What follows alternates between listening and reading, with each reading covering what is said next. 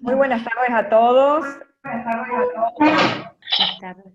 Tengo el agrado de darles la bienvenida a estas jornadas de capacitación de violencia en género, y violencia contra la mujer, organizada por el Colegio de Farmacéuticos de la provincia de Córdoba y por AMJA, la Asociación de Mujeres Juezas Argentinas.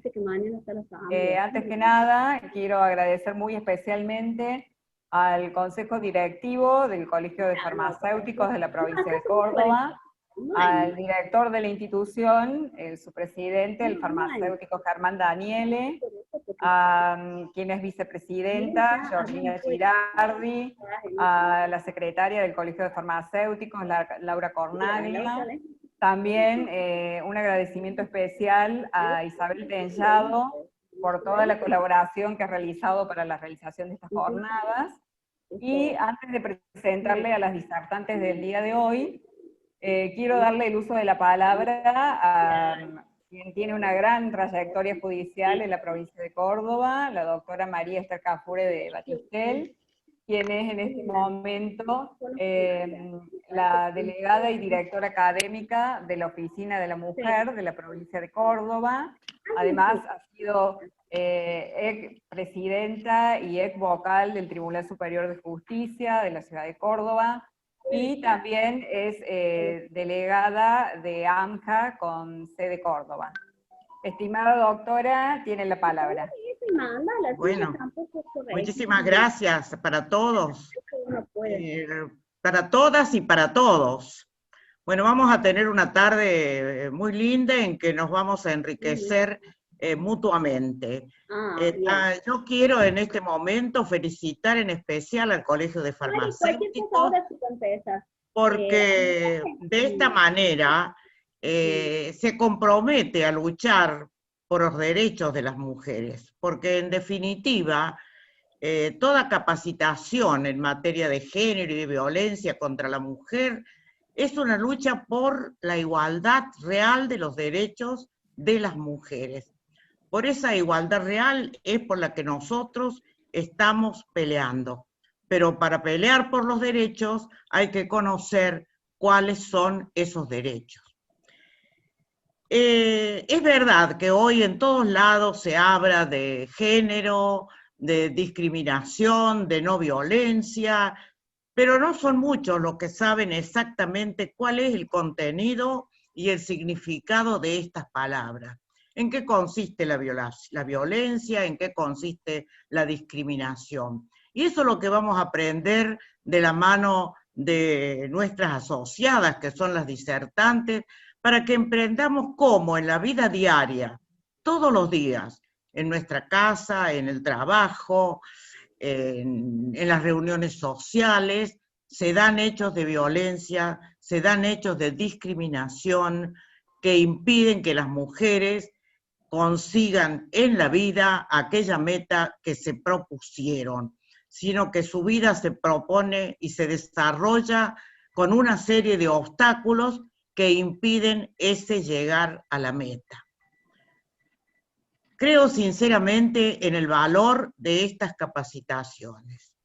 Creo sinceramente en el valor que tiene para mujeres y para varones comprender lo que es la violencia, comprender lo que es la discriminación y comprender que ciertas conductas tenemos que modificarlas, porque si no, la violencia se va a transformar y seguir siendo, como es hoy, una verdadera pandemia.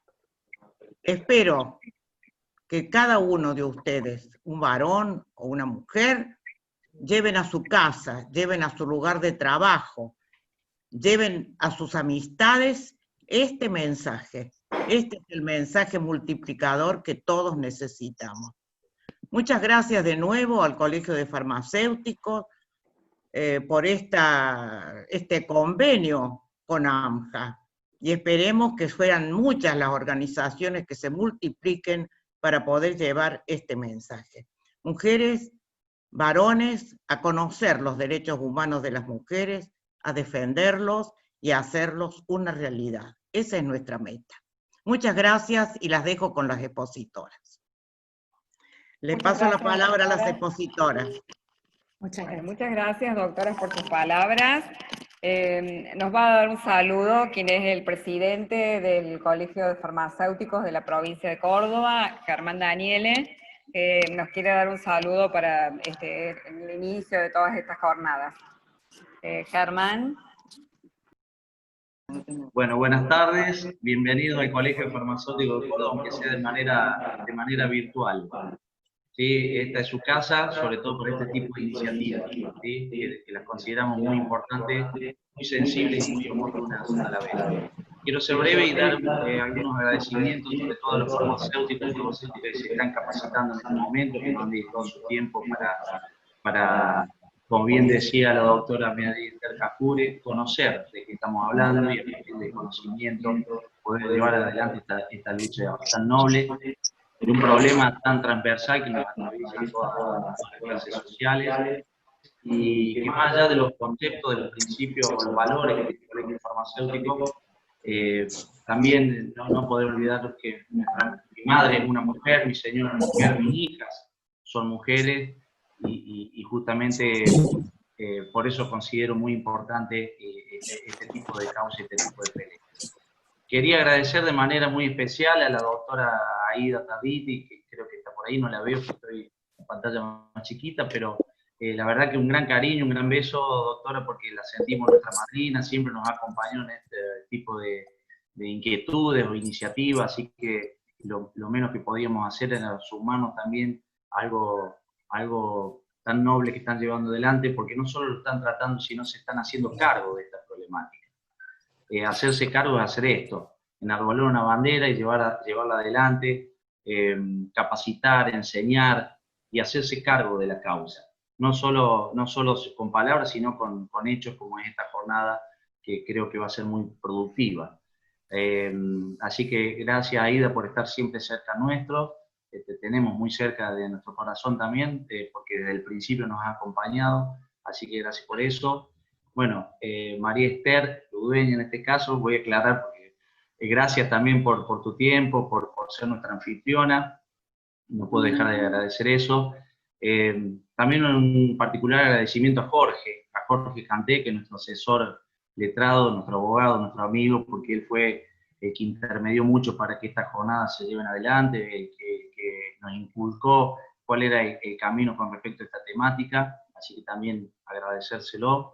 Y bueno, y sobre todo este grupo de mujeres maravillosas que me acompañan en la gestión, como lo nombraba María Esther, que son Laura, Georgina, Isabel, que también la veo por ahí, así que gracias a ella también por el compromiso y por hacerse cargo de estos temas. Recién decía que no podemos estar ajenos como colegio farmacéutico porque más del 80% de nuestros padrones son mujeres, y creo que esto puede ser muy interesante y muy oportuno abordar estas temáticas, que no están ajenas a nuestra comunidad tampoco, ¿no? Así que, y bueno, con respecto al colegio, hemos acompañado siempre estas iniciativas, anteriormente nos hemos sumado a la campaña del barbijo rojo, que también trataba de poner a consideración estas problemáticas tan importantes y muchas veces tan tabú, ¿no? Como que nadie se quiere hacer cargo, por eso valoro de la manera que lo está encarando AMJA, haciéndose cargo y llevando adelante todo el conocimiento necesario para que podamos revertir este flagelo o esta pandemia, como bien decías, María Esther. Así que no quiero ser más extenso, agradecerles por haber confiado en el Colegio Farmacéutico también para llevar adelante esta capacitación y quedar a disposición para todas las veces que ustedes lo consideren. Muchísimas gracias, nos sentimos honrados por su presencia y bueno, desde ya vamos a acompañar toda iniciativa que AMJA quiera llevar adelante con nuestra institución. Así que buena jornada y bienvenidos siempre. Bueno, muchas gracias por sus palabras, Germán Daniele, y ahora sí, vamos a dar inicio a estas jornadas de capacitación con las disertantes que tenemos para el día de hoy. A la doctora María Rosa Caminal, quien es vocal de Cámara Civil y Comercial de Córdoba y socia de AMJA. María Rosa, muy buenas tardes, y la palabra, tienes el uso de la palabra. Bueno, muy buenas tardes a todos. Antes que nada, una pequeña aclaración. Yo soy María Rosa Molina, de Caminar. O sea, el Caminar lo tengo, lo porto, lo uso, pero el Molina no lo pierdo ni lo renuncio. Así que una aclaración porque por ahí a veces se suprime nada más que por conocimiento de la persona. Pero bueno, buenas tardes a todos. Antes que nada, bueno, me sumo a los agradecimientos. La verdad es muy importante que una institución como el Colegio de Farmacéuticos haya tenido la sensibilidad necesaria para comprender que esta problemática nos atraviesa a todos. No es específico de magistrados o específico de personas que están en ciertos lugares, sino que en realidad atraviesa la sociedad, y es muy oportuno que se nos permita como mujeres juezas acompañar ese proceso, porque nuestra función no es solamente dictar resoluciones en el caso concreto, que es la principal, obviamente, esa es la función específica del cargo, pero también estas cuestiones de extensión son sumamente importantes, porque todo lo que tienda a la pacificación social es parte de lo que nosotros sentimos nuestra misión en esta actividad. Dicho esto, ¿qué temática la que tenemos que abordar? Conceptos como desigualdad, discriminación, violencia, vulnerabilidad, son palabras fuertes que todos conocemos, que todos podemos advertir ciertos supuestos de violencia o de discriminación. Nadie dudaría que hay un caso de violencia contra la mujer en un femicidio, porque se nos patentiza, pero hay muchas otras situaciones de violencia, de discriminación, de desigualdad, de acrecentamiento de la vulnerabilidad, que a veces se nos escapan porque no las advertimos, porque están tan naturalizadas en nuestro comportamiento o en el comportamiento que nosotros estamos acostumbrados a presenciar, que esas se nos pasan por alto.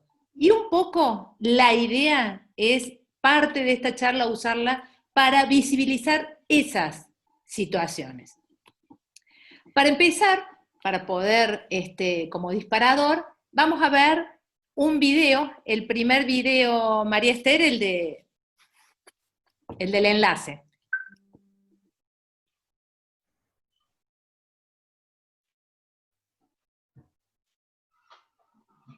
Ya se comparte el video.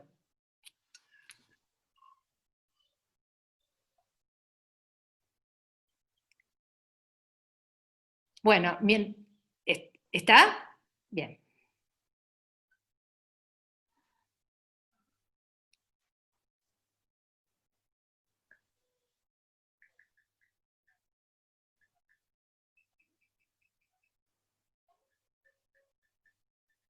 ¿No?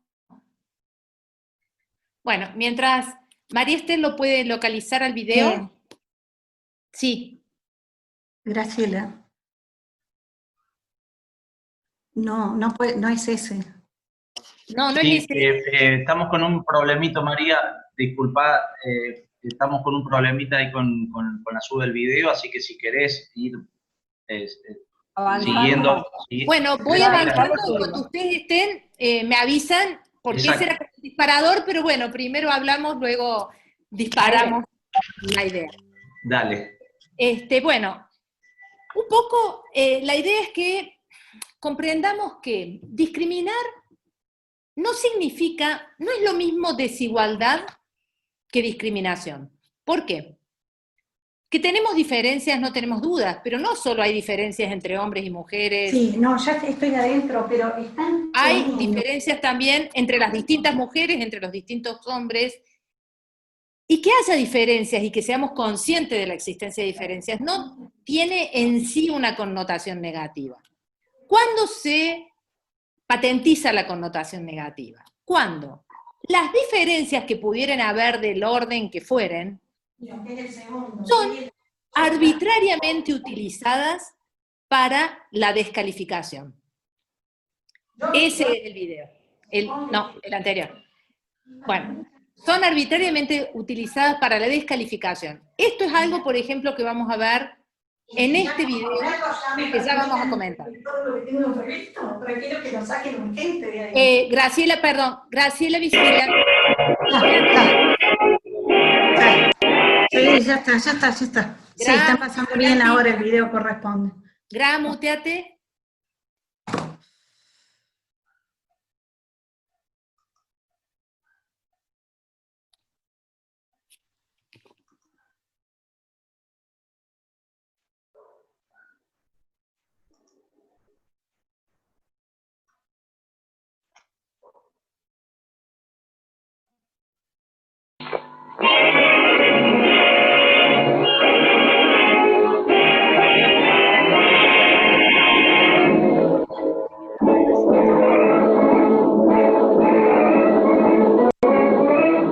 Señores, como legislador y como médico quiero dejar bien establecido en esta sesión que el hombre y la mujer no son iguales. Yo me pregunto entonces, ¿para qué otorgar igualdad política a dos seres que no lo son? Señor presidente, silencio, por favor. Me permito contestarle al señor legislador.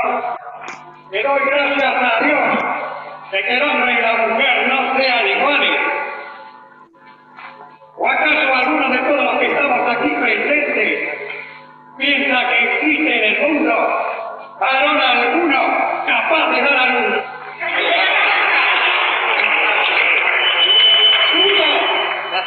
Pudo haber nacido de un vientre masculino. ¿O ha visto el señor legislador alguna vez un hombre embarazado?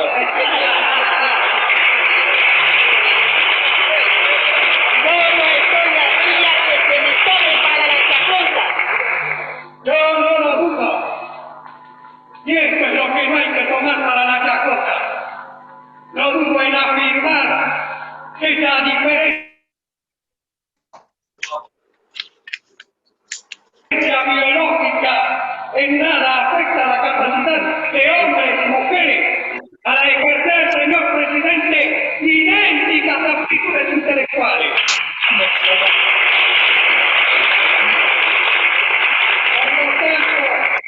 Quiero refutar de una vez por todas la retrógrada idea de que la mujer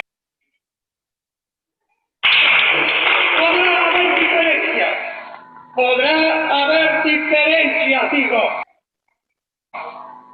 pero no inferioridad. Podrá ser más débil que algunos hombres, pero también podrá ser más fuerte. Carbomer. Varones.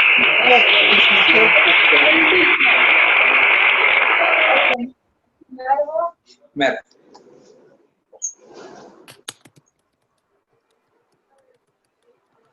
Está controlando acá, Gustavo, ya, hablando de esto solo, ya. Ya acá.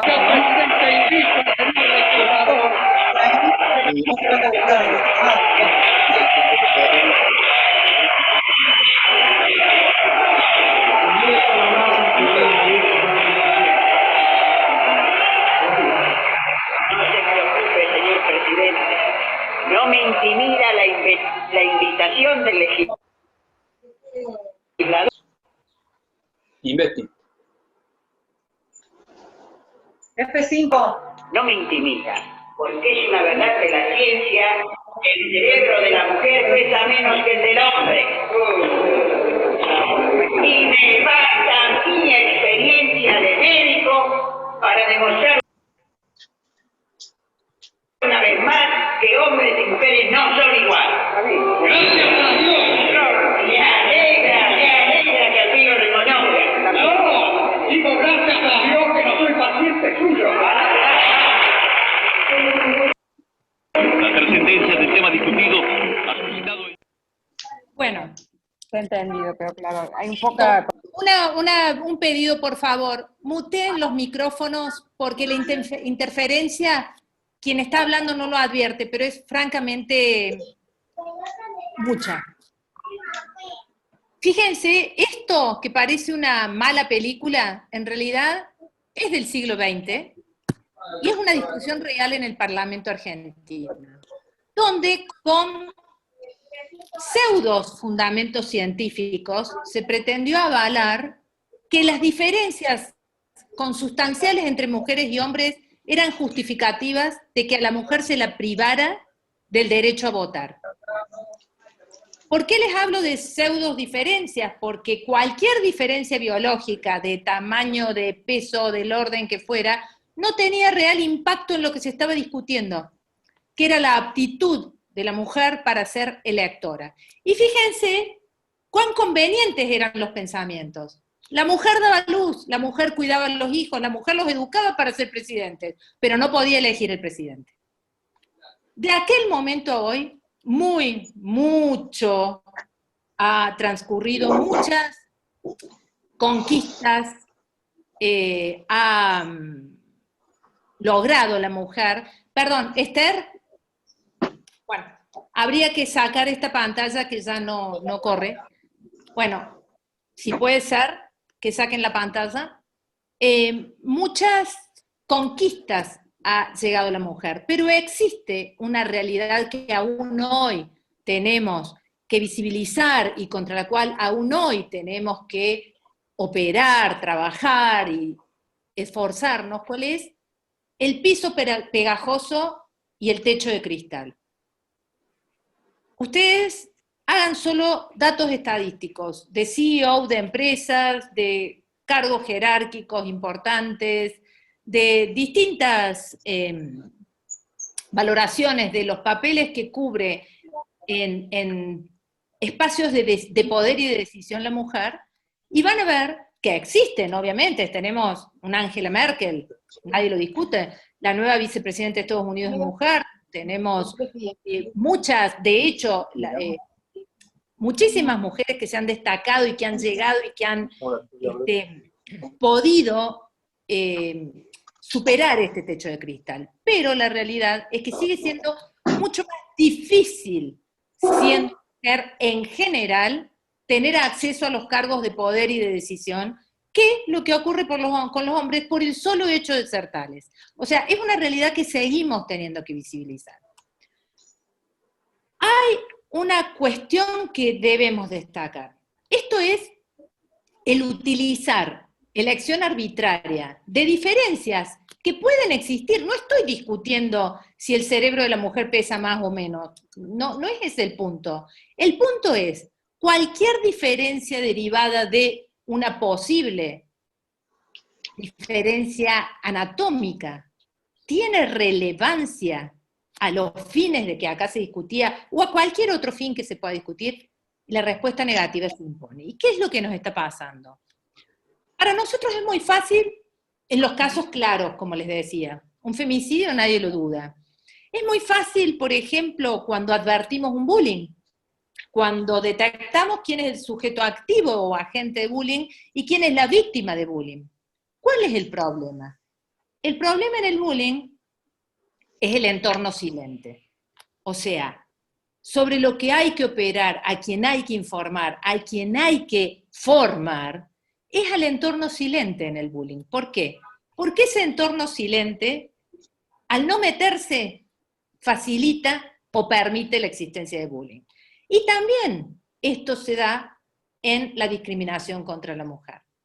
No es solo que nuestro comportamiento debe tener en claro que no existen razones, motivos o ninguna situación en la que corresponda discriminar con una connotación negativa a una mujer, sino que además no deberíamos tolerar de manera silente que esto esté pasando alrededor nuestro.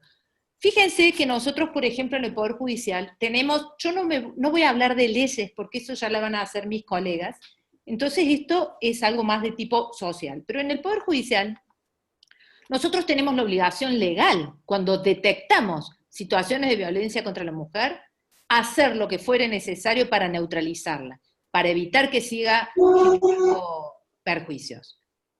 ¿Por qué? Porque todos deberíamos, dentro de los ámbitos en los que nos movemos, tener esa conciencia.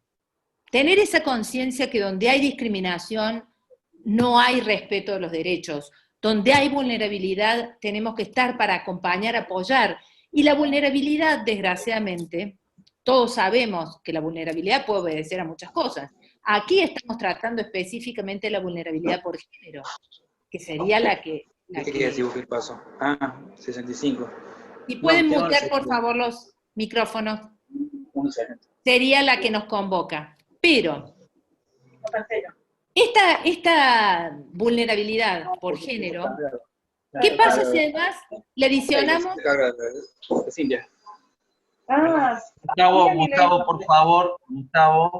Gustavo, por favor, si podés. Germán, también si se puede mutar el teléfono, si podés apagar el micrófono, por favor.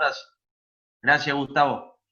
Bueno, les decía, a esta vulnerabilidad por género le sumamos qué pasa si además la mujer no solo es mujer, es de una edad que justifica ya una protección, sea porque es de muy avanzada edad, y en su caso eso genera vulnerabilidad, porque el rango, así como el género no siempre genera vulnerabilidad, el rango etario tampoco, pero a veces ser muy pequeño o ser muy mayor. ¿Y qué pasa si además le sumamos otra situación de vulnerabilidad, como es la de pobreza, una situación desventajosa desde lo económico? Y ni qué decir si le sumamos una situación cultural o sociocultural. En este caso, las vulnerabilidades que se suman, no se suman aritméticamente 1 más 1, sino que el resultado es una potenciación, es exponencial la operación. El agravamiento de la situación de vulnerabilidad es exponencial.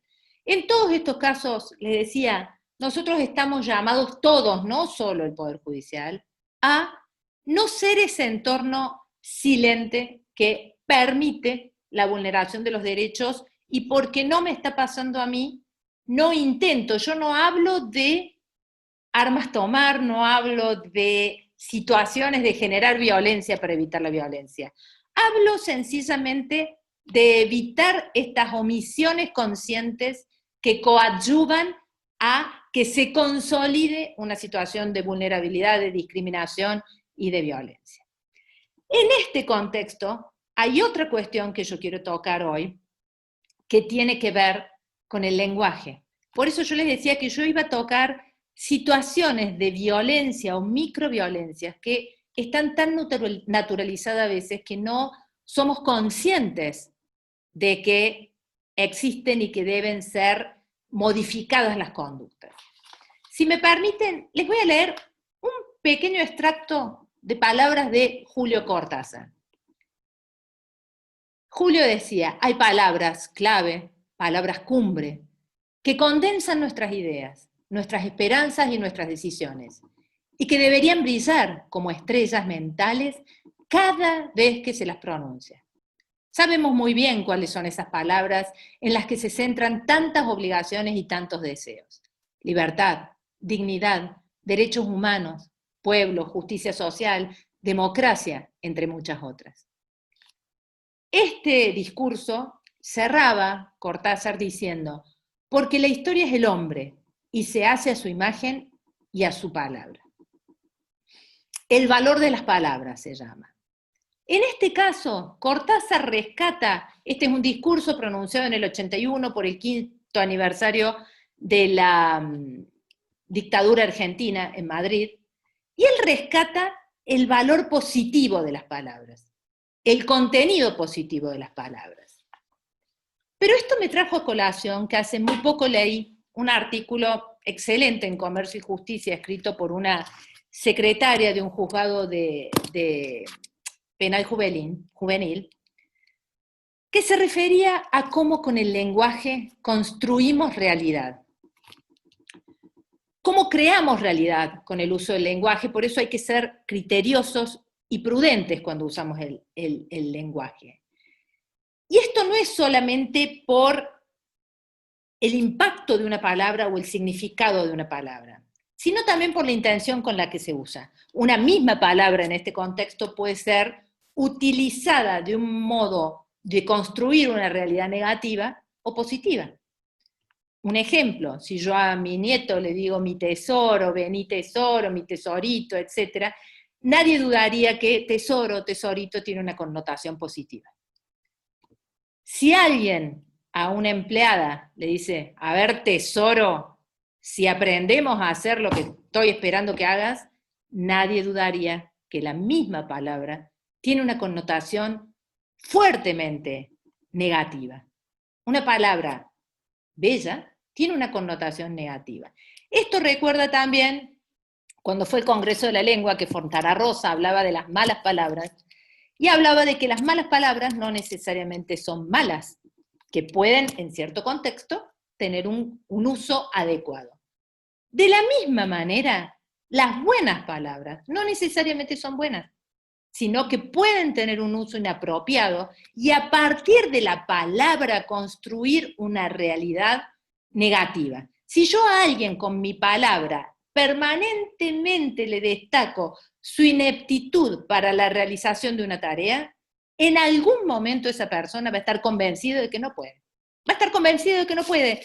Y probablemente, sencillamente, podía, pero le imposibilité seguirlo intentando, ¿sí? Y el problema también es el modo en que se utilizan las palabras, por ejemplo, en los medios. El trato discriminatorio que se le puede dar a través de la palabra a la mujer en los medios, en las redes sociales, en los círculos íntimos. Tratar de una manera despectiva a una mujer porque lo hago amorosamente no deja de ser un trato despectivo. Y si además me siento súper pro, porque la tengo clarísima, es altamente despectivo. Y a veces no tomamos conciencia de cómo con nuestras palabras nosotros podemos impactar, incidir de manera altamente negativa en la vida de una persona. Un ejemplo que traía este artículo sobre las palabras de Comercio y Justicia era cómo los medios utilizan distintas palabras según el rol que uno ocupa en el hecho que se describe. Entonces decía que cuando un niño, porque es un niño de 13 años, 14 años, le digamos, un niño cometía un hecho ilícito, se hablaba del menor.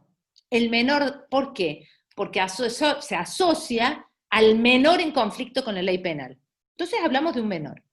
Ahora bien, cuando un niño de los mismos 13 o los mismos 14 años es víctima de un hecho, hablamos del adolescente, hablamos del joven.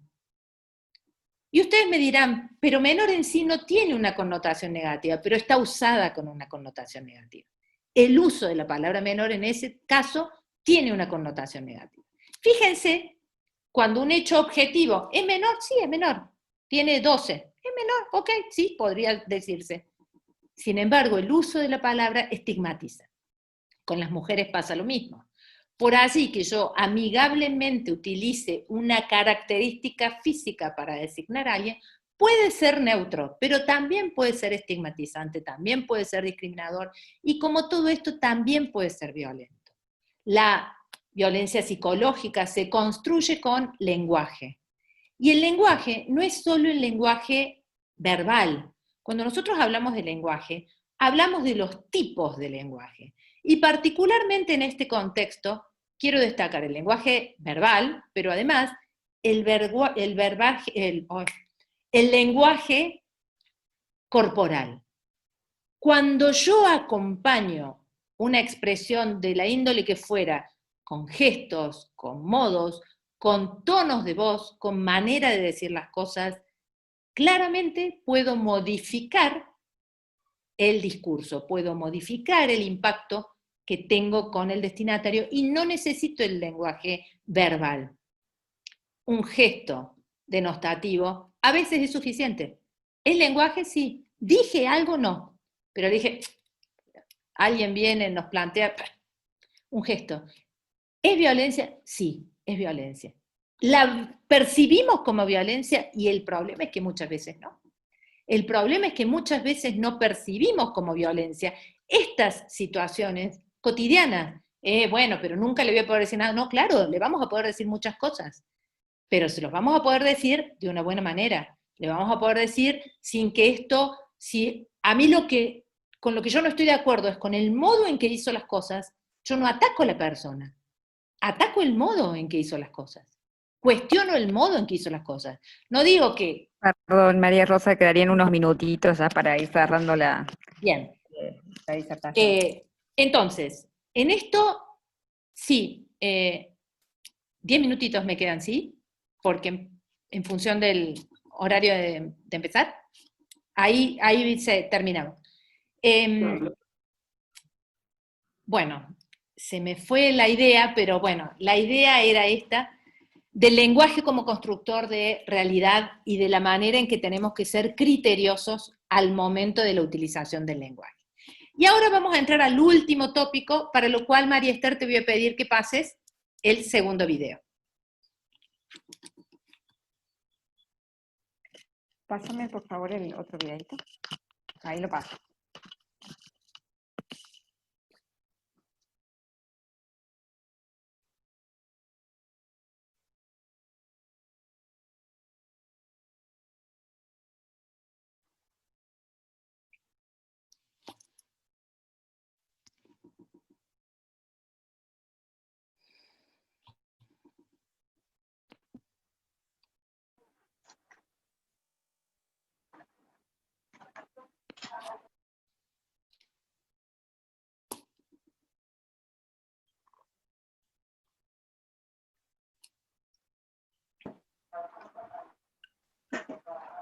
Cuando las tareas del hogar desbordan a las mujeres.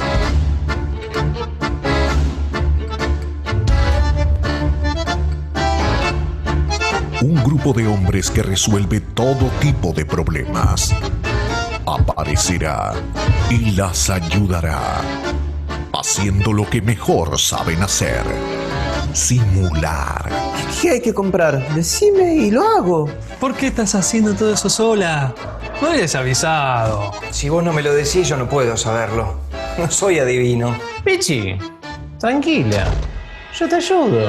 Los ayudadores. Un grupo de hombres con distintas habilidades y que no toman ningún tipo de decisión o acción proactiva en las tareas del hogar y de cuidado. Encontralos en tu familia, en el trabajo y grupo de amigos.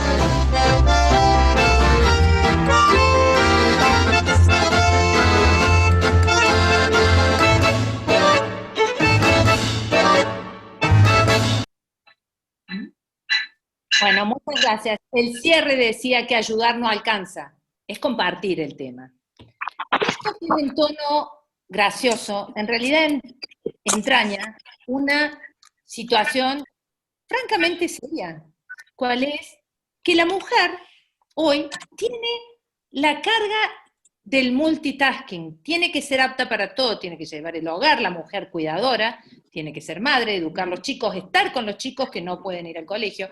Además tiene que trabajar, porque el trabajo continúa, por teletrabajo muchas veces, otra presencial, otra mixto, y todo esto hace que la mujer termine agobiada, porque a mí nadie me lava los platos.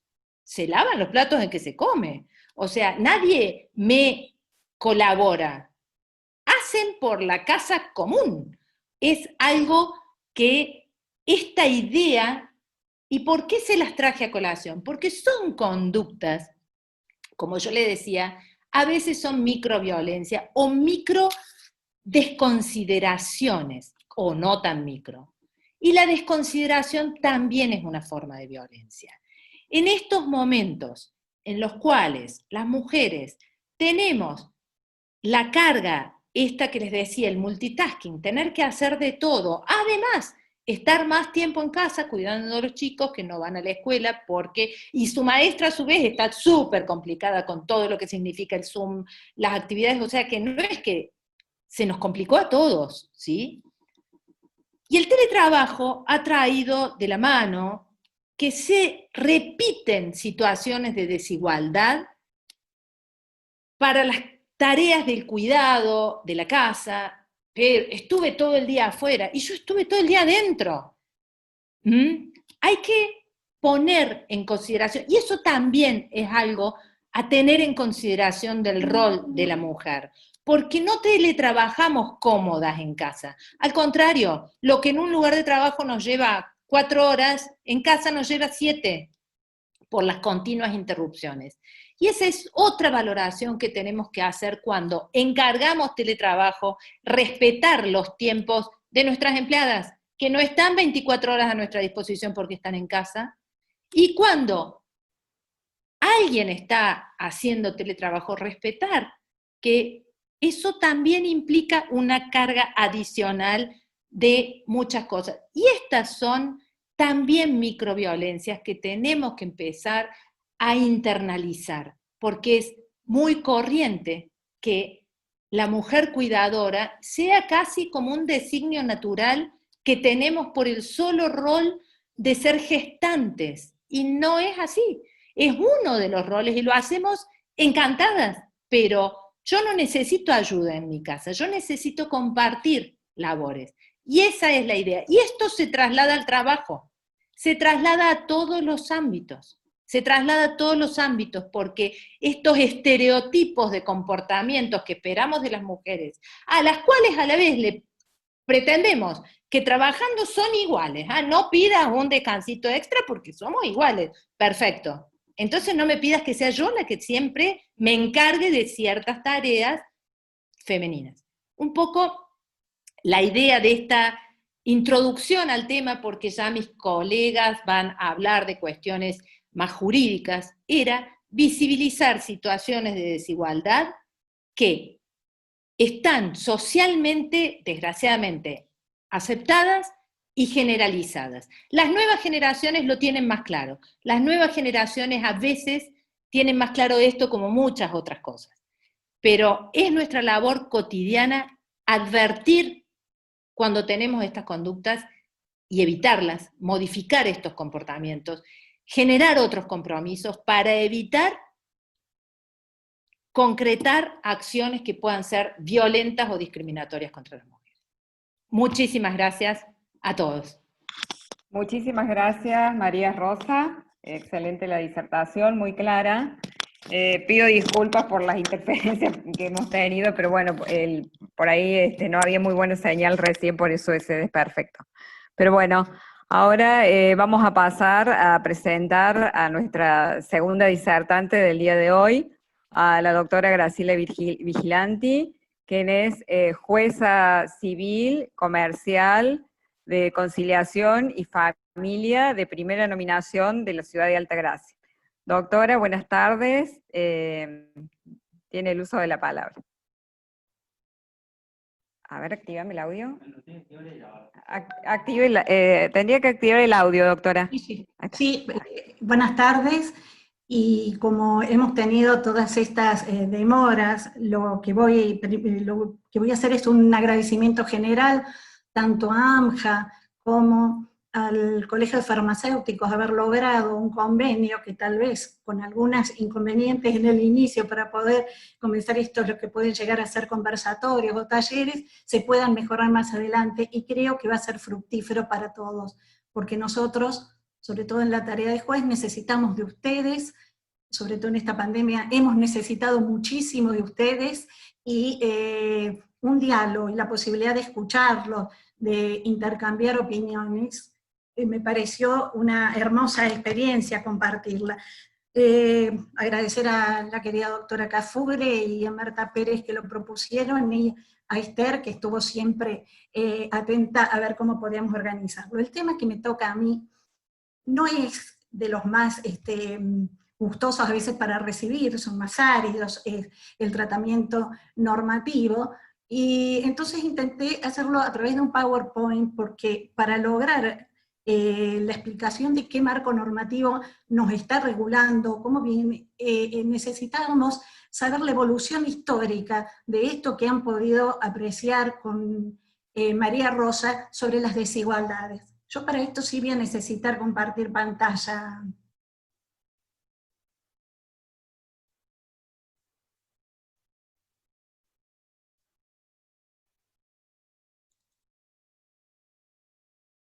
Bueno, primero les voy a explicar que no todas las diapositivas ni las filminas forman parte de la disertación, sino es un trabajo más integral y más complejo, pero que me parece que es importante y podría darse en algún momento, retrotraer alguna de ellas si se daba para una charla. Yo quisiera partir de lo que se habló en un primer momento, de esas desigualdades y discriminaciones con distintos matices que tenemos por cuestiones de sexo. Ahora, hablar sobre el origen, tal vez no podamos coincidir, tengamos distintas formaciones, pensamientos, opiniones, pero sí es necesario conocer esos imaginarios, o las claves que forman ese imaginario que se va transmitiendo de unos a otros para tener claro, porque hoy lo tenemos todos, que existe una desigualdad estructural respecto al hombre y a la mujer. Si tomamos los comienzos con Adán y Eva, consideraban que la mujer era un ser inferior porque había sido creada desde la costilla de Adán, y porque también había sido como responsable de todos los males de la humanidad por aquel pecado. Pero aquellos que también se basan en la teoría de la evolución, también han transmitido toda una formación académica a través de sesgos androcéntricos, que se han ido transmitiendo de unos a otros. Tomaban a la mujer, como ven en esta imagen, a la mujer que solo servía para parir y criar la cría. El hombre quedaba para los inventos, para la creación del caminar bípedo, el cerebro más engrandecido, que a lo mejor tiene que ver con lo que piensan algunos, lo que pensaban algunos legisladores, la elaboración de herramientas, la construcción de símbolos que se fueron transmitiendo. Con respecto a esto también nuestros griegos, nosotros más en nuestro derecho, ustedes a lo mejor menos, pero sí la secundaria habrán visto nuestros filósofos que han sido poco amigos de las mujeres. Las han valorado diciendo que podían tener el mismo lugar, podían ocupar, pero que eran inferiores, que les costaba mucho más aprender, podían ser buenas valientes, pero siempre eran considerados ser inferiores. Acá lo tenemos a Platón. Aristóteles por allí fue mucho más duro, consideraba que el hombre era por naturaleza superior y por lo tanto había nacido para gobernar, y la mujer era la hembra inferior para ser gobernada, por eso todos los bienes de la mujer debían pasar al hombre. Y si bien pensaba que la mujer podía tomar una decisión, no tenía autoridad.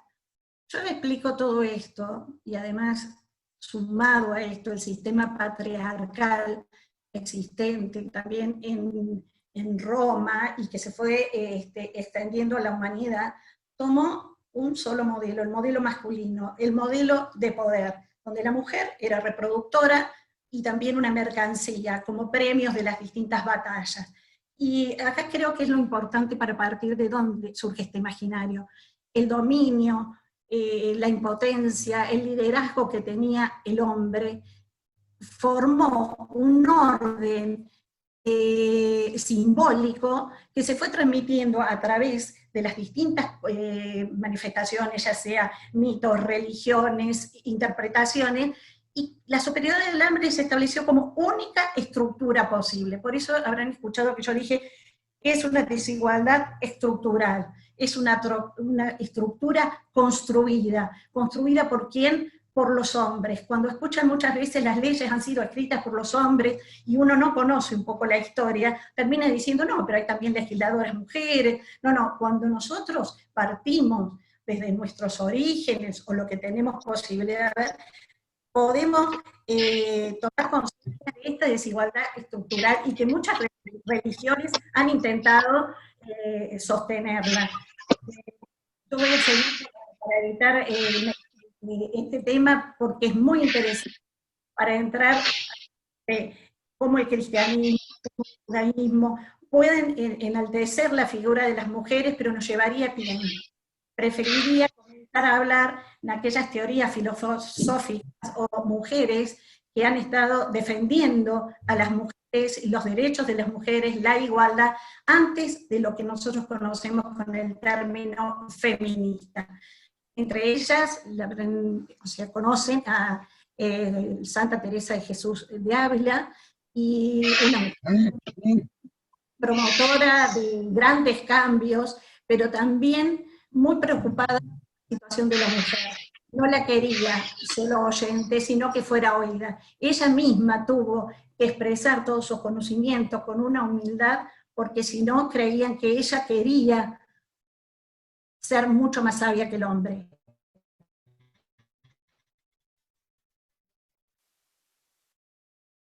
Por eso escribió Basta ser mujer para que tuviera la razón.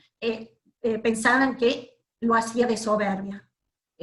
También tenemos a Sor Juana Inés de la Cruz. Como vemos, monjas, pues tenían bastante oposiciones con los clérigos, porque las tenían bastante subordinados, no las dejaban hablar, y pudieron expresar a través de sus escritos. Sor Juana dice que se hizo monja para poder pensar, y era una adelantada en su tiempo. Tengo una preguntita, ¿están viendo el PowerPoint, no? ¿O hay problema?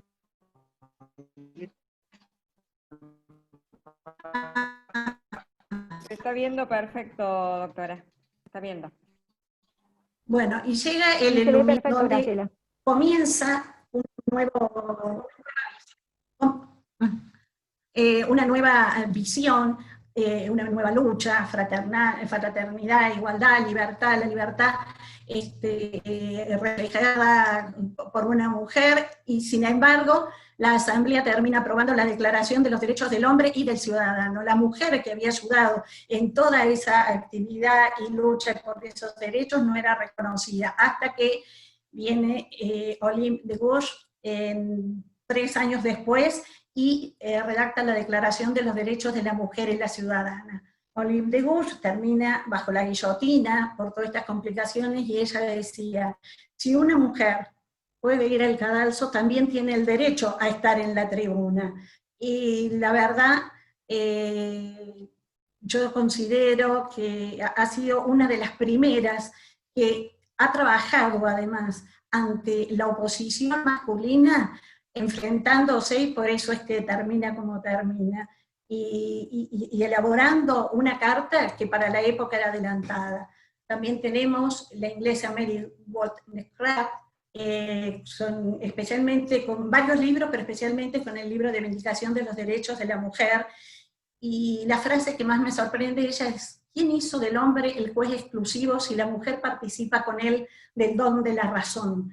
O sea, las preguntas, las interrogaciones que ellas mismas se hacen, tenían su propia respuesta en la sociedad, nada más que si no se querían ver, es debido a la visión negativa que cada uno tenemos, y ya vamos a ver cómo algunas personas, aún pudiendo detectarlas, mantienen esa posición. También tenemos la primera periodista, Margaret Fuller, en Estados Unidos, la mujer del siglo XIX, y aparece ya abordándose el sufragio femenino, la lucha por el sufragio. También tenemos a Nicia Floresta, esa lucha y el conocimiento de cuál era la condición, de traducir a través de sus escritos la condición de la mujer, especialmente en una sociedad conservadora. Y ahí comienza ya lo que es el feminismo. Yo quisiera explicar que feminismo es una palabra,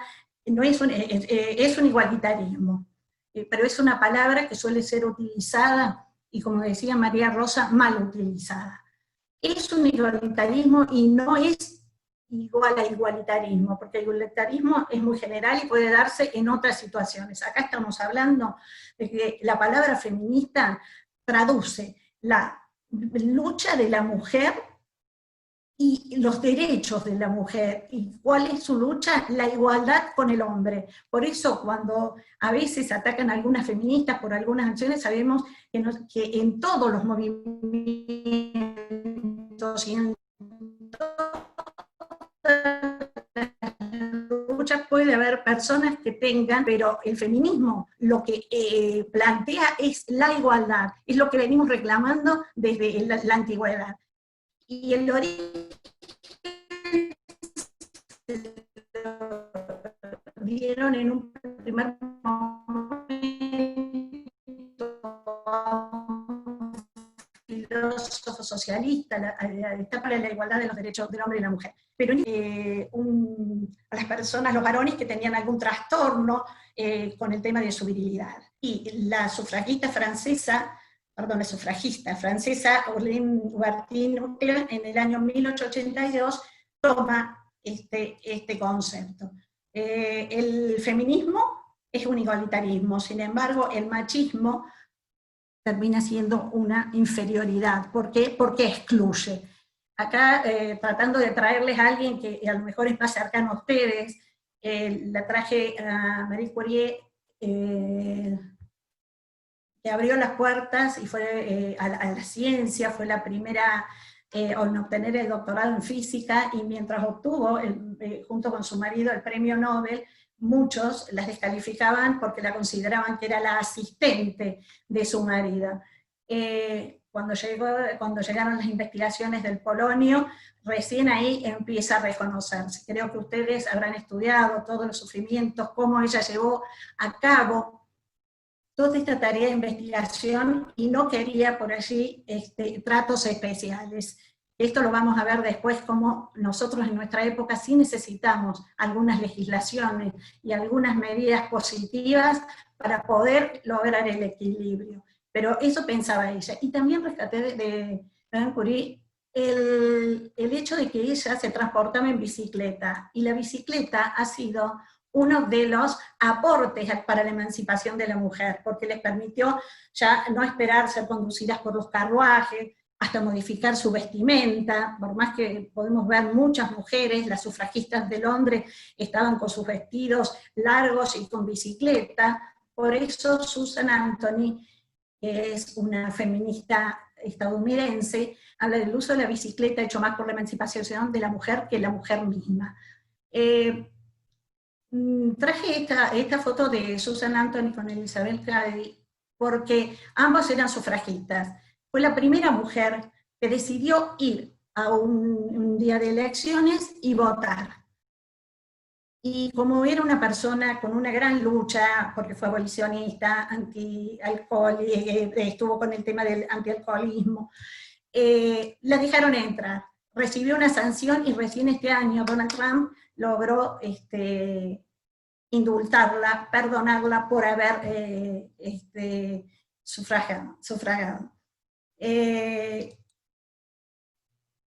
Otra escritora de renombre, Virginia Woolf, con distintas traducciones, su libro, Un cuarto propio, una habitación propia, hablaba de la necesidad de las mujeres de fortalecerse económicamente para poder dar posibilidad a la creatividad, al intelecto, ser autosuficiente. Por eso hablaba de los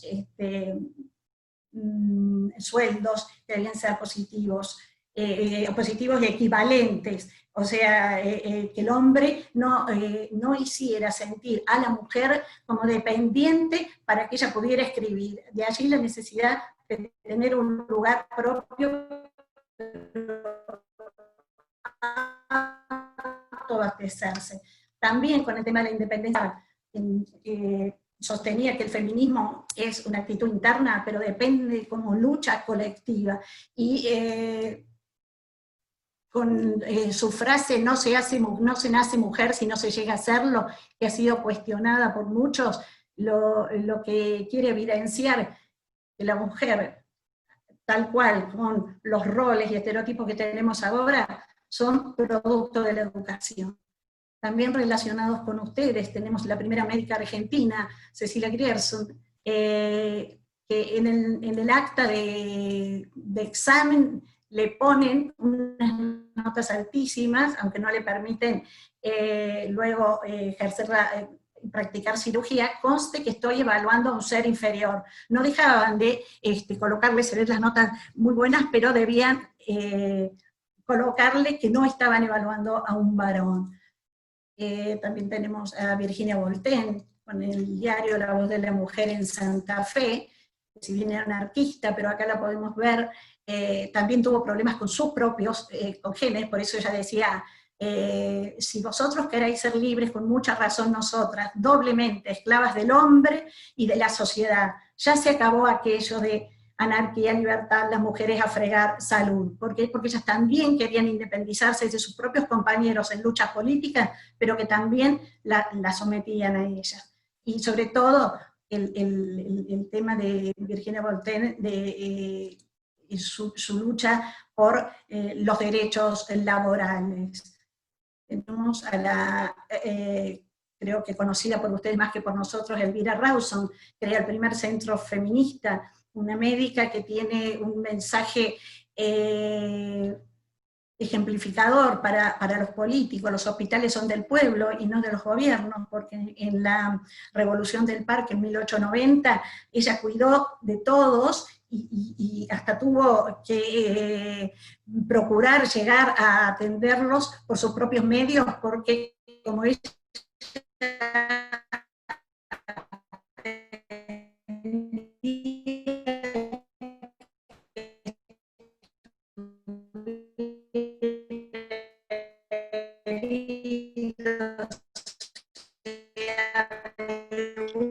uno de otro bando, la verdad que promovieron derechos que nosotros hoy todos los hogares maternales, también tuvo mucha conexión y lucha con Alicia Moro de Justo y Alfonsina Storni por el tema del sufragio. O sea, estamos Perdón, aquí Graciela, te aviso, quedan 10 minutitos más o menos para el marco normativo. Que era me pasaste el marco normativo. Bueno, perdón, entonces, me gustaba mencionarle a Laura, a Juana Lantieri y a Alfonsina Storni, como la nombramos, y a cuando se logra y se reconoce el derecho a votar, es en la época del peronismo. Más allá de otras cosas, voy a entrar en el marco normativo, ¿no? Los derechos, luego de las guerras, los derechos humanos surgen a partir del año 1948, ustedes saben todos lo que son los derechos humanos, cómo son reconocidos. Voy a dejar, a lo mejor, para explicarles la realidad del 8 de marzo, que se transmite equivocadamente, por qué se festeja ese día, si a alguno le interesa después. Pero lo importante es que en el año 1975, Año Internacional de la Mujer, se empieza a celebrar el Día de la Mujer, y se declara por la Asamblea de Naciones Unidas en el año 1967. Y se dicta la Convención sobre la eliminación de la discriminación de la mujer. Aquí tenemos el primer instrumento donde se hace realidad esto de describir lo que es la discriminación de la mujer. Cualquier limitación, que ya sea que tenga el objetivo o el resultado de anular el ejercicio de los derechos de las mujeres o el goce de sus derechos, es considerado un acto discriminatorio, y el Estado tiene que promover políticas para revertirlas. Hay comités tratando de llevar adelante estos controles para ver si en los países se da este respeto de estas políticas públicas que deben los Estados cumplir. Luego, en el año 1994, como no fuera suficiente este convenio para anular todas las dificultades que tenían las mujeres para tratar de erradicarlas, surge la Convención Belén do Pará, que es el primer tratado sobre derechos humanos, que habla sobre la violencia de la mujer y la necesidad de vivir un mundo sin violencia en todas las esferas, tanto en la pública, en la privada, que también puede ser perpetrada por el Estado, por sus agentes, y el derecho a vivir un mundo libre de violencia. Me pareció importante dentro del plano internacional citar los 25 años de Beijing, que se cumplieron este año el 14 de septiembre por una lucha por la generación de la igualdad, y que muchas de estas actividades están programadas en ese orden. aquí lo traigo como una obligación y derivada del mandato constitucional y convencional de respetar esos tratados, es una mirada que nosotros podemos tener para empezar a ver esas discriminaciones, esas situaciones que son tan negativas y que que afectan la vida de la persona. Y lo vamos a ver, si alcanzo a tener tiempo de hablar sobre el convenio de la OIT. Existieron muchas leyes que disminuyeron la capacidad de la mujer, que la consideraban incapaz de derecho. Fuimos avanzando, ahora tenemos un código civil con mayores reconocimientos. Ustedes sabrán que ahora no es el hombre el que decide dónde va a establecer el domicilio del matrimonio. Las mujeres hemos ido adquiriendo a través de todas estas leyes una serie de reconocimientos de derechos, pero el Código Civil de 2015 también nos logra poner una situación de equiparación.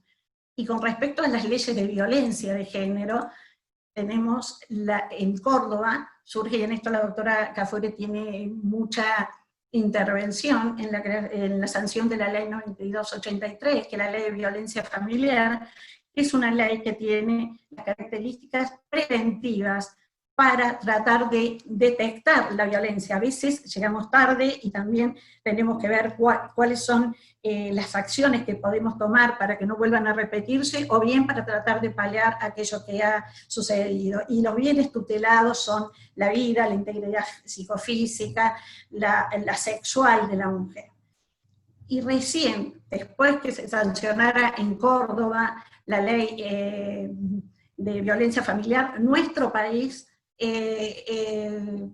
Córdoba, en el año 2016, se adhiere a la ley 26.845, que se dicta en protección de la mujer por toda forma de discriminación y violencia, y obliga al Estado todas las actividades para remover estas dificultades, para acceder a la justicia, para tener una asistencia integral. Nosotros acá habíamos programado un video, pero no lo quisiera pasar porque me parece que si después queda tiempo y algunos quieren quedarse, lo pasamos. Sobre la discriminación que tienen las mujeres cuando van a hacer la búsqueda de su trabajo. ¿Cuáles son las preguntas que realizan a mujeres con alguna discapacidad, a mujeres con edad, a mujeres porque están en edad de quedar embarazadas? Son todas preguntas que son una carga mayor a la que puede tener un hombre. Por eso es importante tener en cuenta, y lo quiero remarcar como normativa para que no nos olvidemos, y sobre todo porque estamos en la época donde se está discutiendo la ratificación del convenio sobre eliminación de violencia y acoso laboral. Este convenio tiene media sanción de senadores y también las comisiones de diputados, y es necesario ratificarlo para que nuestro Estado pueda después dictar leyes que puedan acabar con la discriminación, con la eliminación y con el acoso laboral, y tratar de tener un ambiente de trabajo decente. Esto quiere decir con seguridad, respeto mutuo, de la dignidad de las personas y sin acoso laboral, porque esto afecta a la persona y todo proyecto de trabajo para ingresar a un trabajo en su proyecto de vida, en la familia y también en los servicios que presta si estas cosas suceden, y no pueden aceptarse en este momento. Y además le impide a la persona, y especialmente a las mujeres, progresar y mantenerse en los puestos de trabajo. Tal vez aquí sí sería bueno pasar el otro video, que son 2 segundos, son 2 minutitos, el segundo. Vamos a pasar el segundo video. A ver, yo creo que yo lo puedo, a ver si... si yo lo puedo bajar, Bueno, perfecto, Graciela, como quieras, si no, nosotros acá lo tenemos también. Fíjense si es compartir el sonido, si se comparte. Bueno, a ver, si usted... Lo compartimos. ¿Se escucha? Sí. Soy Raquel de recepción. Dime, guapa. Acaba de llegar una chica y dice que tiene una entrevista. Ah, sí, dile que voy enseguida. Perfecto. Oye, Raquel, ¿cuándo aceptarás que te invite a una copa, una noche de estas? Un día de estos. Venga, hasta luego. Frígida.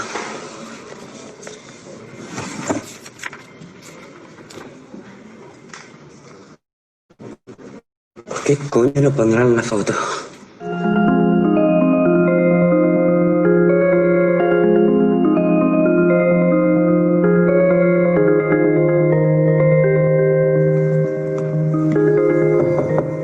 Hola.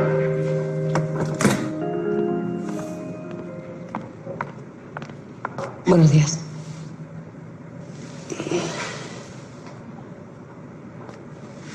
Bien. Para no andarnos por las ramas, tu currículum no está mal. Formación cualificada, experiencia. ¿Por qué no has puesto tu foto? Para el trabajo que debo realizar no veo la necesidad. Pues en tu caso, con esos ojazos sumaría puntos. ¿Estado civil? ¿Hijos? ¿A qué viene esa pregunta? Bueno, queremos asegurarnos de que no vas a quedarte embarazada y a pedir una baja por maternidad. Sería eso un inconveniente. Francamente, con los tiempos que corren no nos podemos dedicar a hacer de ONG, así que casada, hijos. En el currículum tiene todo lo que necesitas saber. Con el paro que hay y lo difícil que es tener empleo, la actitud no es la más adecuada. Sin embargo, siento debilidad por las cosas de islas duras. Si pones un poquito de tu parte, podría no tener en cuenta esta actitud. Perdón. Oye, mira, que en recepción me han dicho que ya te han avisado, pero tienes ahí una chica que viene por una entrevista. Veo que ya conoces a la consultora que va a hacer que levantemos el vuelo otra vez. Apenas nos hemos presentado. Viene recomendada por el director general. Dicen que es la mejor en reestructuración de personal. Así que más vale que te lleves bien con ella, no sea que te vaya a echar. Haciendo las cosas de manera eficiente y profesional, nadie debe temer por su trabajo. Pero ya he visto que hay que hacer algunas correcciones. Haremos la reunión en el despacho del director. Por cierto, no te olvides de la chica de la entrevista. Es de las que te gustan.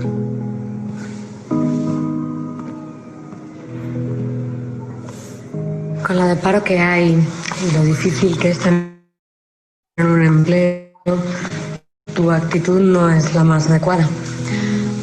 Pero si pones un poquito de tu parte, podría no tenerlo en cuenta.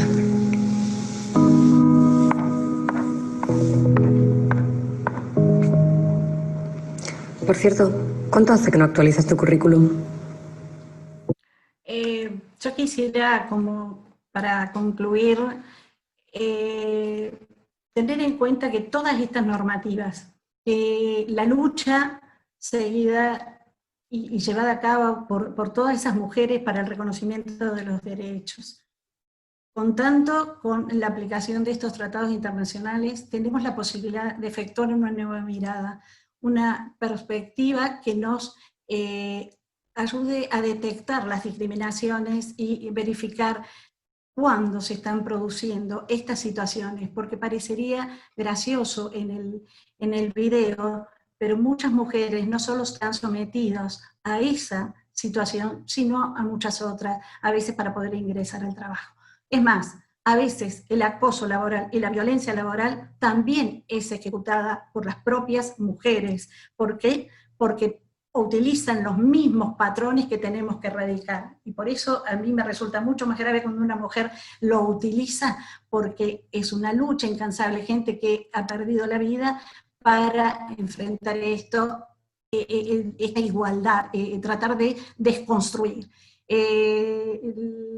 Naciones Unidas y el Programa para un Desarrollo Sustentable dice: el camino hacia la igualdad de género no es una meta tecnocrática, es un proceso político, requiere un nuevo modo de pensar en el cual los estereotipos sobre mujeres y varones dejen lugar a una nueva filosofía que reconozca a todas las personas, independientemente de su sexo, como agentes imprescindibles para el cambio. Si eres mujer, puedes trabajar por la igualdad de género, y también respetar las normas por la igualdad de género. Y si eres varón, puedes y debes establecer relaciones respetuosas, que no es más que nada respetar al otro, tratarnos igual, darles las igualdades de oportunidades. yo los invito a trabajar en todo esto y concluir con la frase de Michelle Bachelet: la igualdad de género ha de ser una realidad vivida si todos nos comprometemos y podemos trabajar en función de ello. Bueno, lamento, a lo mejor hay cosas tan interesantes para explicarles y parecía todo importante, y la verdad que hablábamos con Esther y con María Rosa que por allí los tiempos son cortos para poder transmitir muchas de las cosas que uno puede observar que forman esos imaginarios y muchas transmisiones y muchas claves que nos pueden llamar la atención para que nosotros podamos modificar. Modificamos nuestra conducta, modificamos a quien educamos y seguramente vamos a cambiar. Bueno, muchas gracias a todos.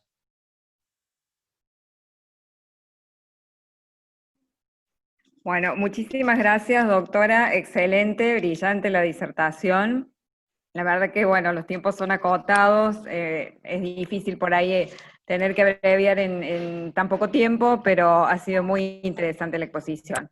Si alguien quiere hacer alguna pregunta, y si no, mientras tanto, me gustaría formularles a mí, a algunas de las dos disertantes de hoy, alguna preguntita. Bueno, en realidad me quedo pensando en algo. En relación al lenguaje, sobre lo que estuvimos hablando hace un ratito, dijimos que el lenguaje construye realidad. ¿Sería posible que en algún caso pueda haber un reclamo judicial por daños causados por el uso del lenguaje? Bueno, la verdad es que sí. Precisamente ese marco normativo al que hizo referencia Graciela, las leyes en contra de la violencia doméstica que tenemos, y en general la normativa de derechos humanos que en nuestro país tiene rango constitucional, porque tenemos CEDAW, tenemos Belén do Pará, y también para las personas vulnerables tenemos las reglas de Brasilia, las 100 reglas para el acceso a la justicia. Y podemos encontrar dentro de la normativa que trata la violencia contra las mujeres que hay distintas formas de ejercer violencia. No solo hay violencia física, que es la más clara de percibir, porque nadie dudaría que es una situación violenta si ve un acto de violencia física. También hay violencia económica y hay violencia psicológica. En el marco de la violencia psicológica, que es una violencia contemplada legalmente, que puede producir daños porque es un sometimiento de la mujer a la voluntad de alguien que por una situación dominante, del orden que sea, ya sea la relación laboral a la que aludía Graciela o ya sea una relación doméstica, si hay una situación de violencia económica, de violencia psicológica, a la cual se ha llegado a través del uso del lenguaje, el lenguaje ha sido el vehículo para causar el daño, para la causación de este daño. Y este daño, como todo daño, dadas las condiciones de resarcimiento de los daños, es un daño cuyo reclamo judicial es viable en cierto contexto. Habrá que analizar las palabras y habrá que analizar el impacto. Obviamente, esta respuesta está ceñida estrictamente al tema que estuvimos hablando hoy, ¿no es cierto? No vamos a analizar las palabras en otro contexto que lo vemos cotidianamente, de atribución de delitos falsos, y etc. Eso es otra cosa. Pero en este contexto, por supuesto, la violencia psicológica causada por el uso inapropiado del lenguaje es susceptible de ser resarcida en ciertos supuestos. Yo te podría agregar, ¿se escucha? Sí.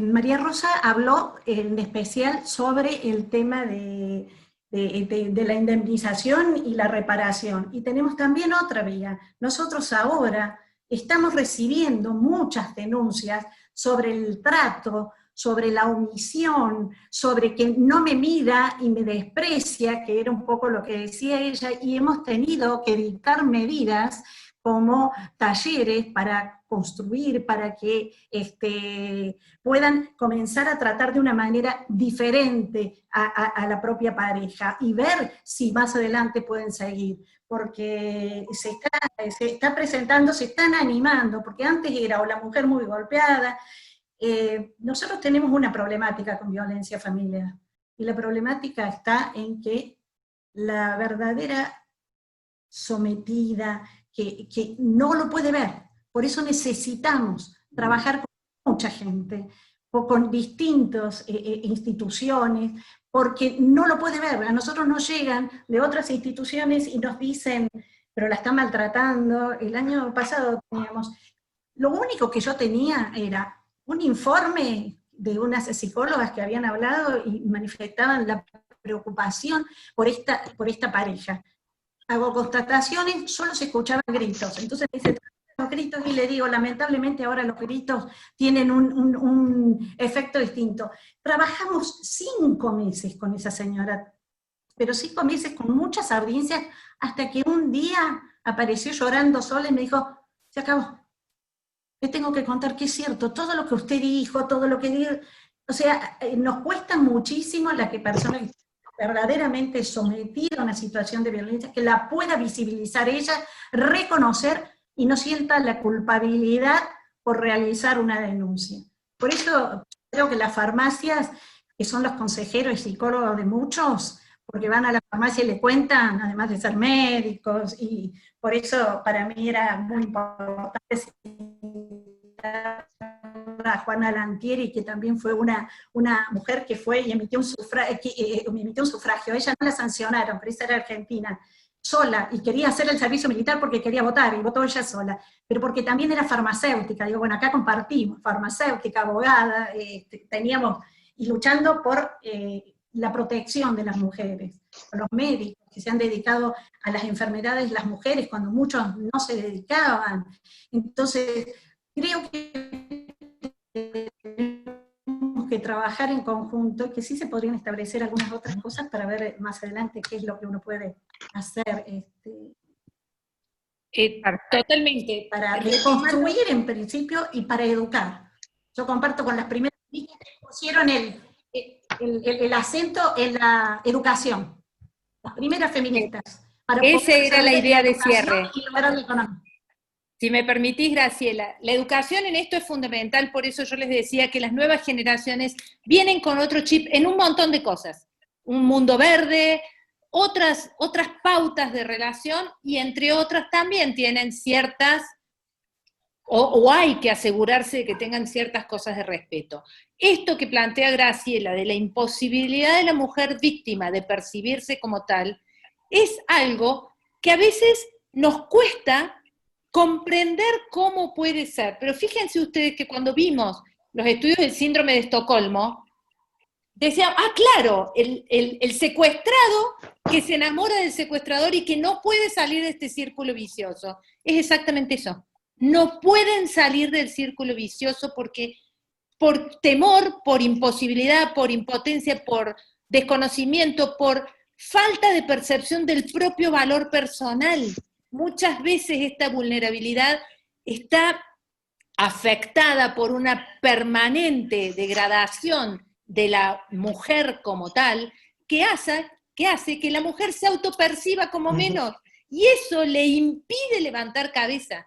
Esas son las cosas que cotidianamente vemos y que tenemos que empezar a advertir. El trabajo que hizo Graciela es excelente, y cada uno en su ámbito un granito de arena para lograr una sociedad más igualitaria, pero igualitaria de verdad, donde los derechos sean respetados, donde todos seamos iguales en lo que nos iguala, iguales en lo que somos verdaderamente iguales, es una aspiración por la que no tenemos que bajar los brazos, y este ámbito, bueno, propicia, digamos, un poquito más de igualdad. Así que bueno, muchas gracias, cerré la pregunta.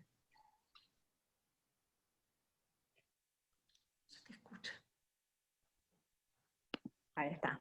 Nos hemos excedido un poquito con el tiempo. Me dicen acá, Georgina, que querías tener uso de la palabra, ¿puede ser? ¿Querías transmitirnos algo? Solo unas palabras de cierre. Excelente todo. Me quedó lo de que tenemos que terminar con los... No se escucha, no se escucha silentes. demasiado. y al saber o de violencia en cualquiera debe ser mi internet. Que decía que el tema puede ser mi internet. ¿Ahora se escucha o no? Sí, mejor. Bien. Que el tema de los entornos silentes, porque al tener conocimiento de que la mujer esté pasando por discriminación o cualquiera de los niveles de violencia, es probable que o no se dé cuenta o no sepa cómo salir de ahí. Los entornos somos fundamentales y todos somos entorno. Entonces todos podemos colaborar en esto, más allá de que tenemos que colaborar en la educación y en ese fortalecimiento del valor propio de la mujer. Así que María Rosa, Graciela, les agradecemos enormemente. Hay muchísimas farmacéuticas dispuestas a hacer entornos que favorezcan la desaparición de ámbitos de violencia, así que cuenten con nosotros siempre. Y bueno, mañana tenemos la segunda parte de estas jornadas y agradezco, Esther, tu coordinación, muchísimas gracias. Y bueno, muchas gracias. Nos viendo mañana. Muchas gracias. La verdad que agradecemos a todos el haber participado y haber compartido de estas jornadas.